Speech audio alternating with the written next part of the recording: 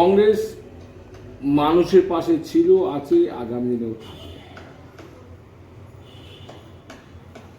সর্বভারতীয় জাতীয় কংগ্রেস বর্তমানে সব থেকে ভারতবর্ষের জনপ্রিয় নেতা রাহুল গান্ধী বলেছে, আমি 50 বার নয়, আমি 500 বার হাঁটতে রাজি আছি, কিন্তু আমি মানুষের পাশে থাকতে চাই।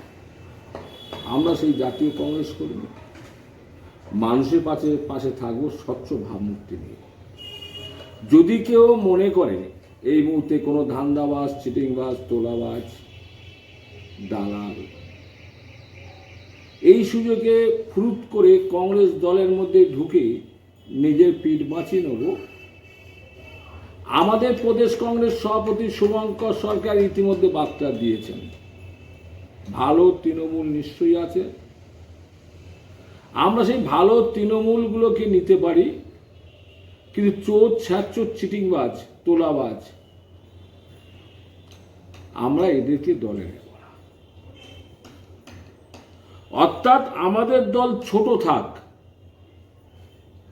বাংলার সুবুদ্ধি সম্পন্ন মানুষের আশীর্বাদ দোয়াইতে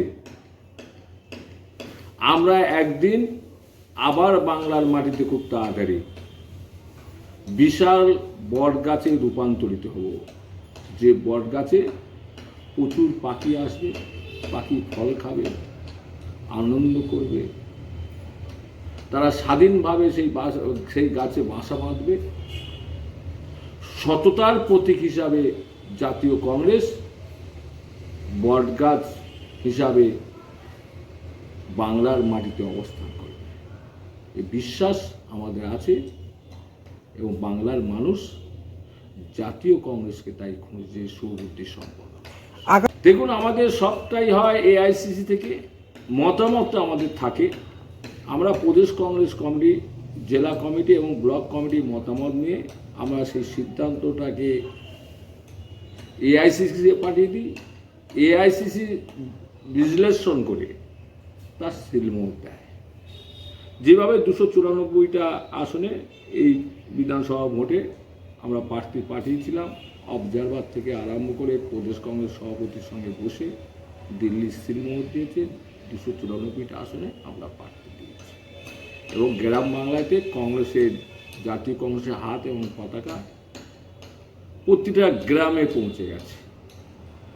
সেই ক্ষেত্রে আমাদের সামনের যে দিনগুলো আসছে অতি উজ্জ্বল এবং শুভ দিন, তাই আমরা আশা করছি যে আমরা আবার ব্লকের সঙ্গে কথা বলবো, জেলার সঙ্গে কথা বলবো, প্রদেশ কংগ্রেস শুভঙ্কর সরকারের নেতৃত্বে আমরা প্রদেশ নেতারা বসবো, আলোচনার মধ্যে দিয়ে এআইসিসিকে সিদ্ধান্ত আমাদের জানাবো। সম্ভাবনা বেশি যে আমরা বাংলাতে যে কম বেশি 85-90 হাজার যে বুথ আছে, আমরা প্রতিটা বুথে ক্যান্ডিডেট দেবো, প্রতিটা সমিতি ক্যান্ডিডেট থাকবে, প্রতিটা জেলা পরিষদের ক্যান্ডিডেট থাকবে। আমাদের লক্ষ্য মানুষের সেবা।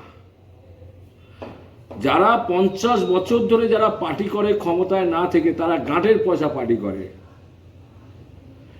ছেলের খাদ্যের থেকে পয়সা বাঁচিয়ে স্ত্রীর একটা ভালো জিনিস কিনে দেয়া পরিবর্তে সেই পয়সাটা বাঁচিয়ে আমরা কংগ্রেস দলটা করি। আপনারা নিশ্চয়ই দেখেছেন আমাদের প্রাক্তন বিধায়ক অসিত মিত্রের মতন মানুষকে।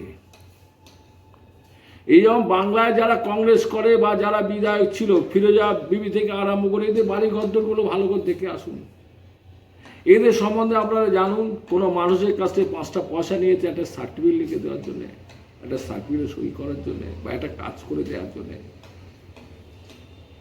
সেক্ষেত্রে করেনি। শুধু মানুষের এক শ্রেণীর দলের মিথ্যা প্রচারের কাছে মানুষকে বিভ্রান্ত করে কংগ্রেসকে বিধান ভবনের মধ্যে সীমাবদ্ধ রাখতে চেয়েছিল, সেই জাল ছিঁড়ে গেছে।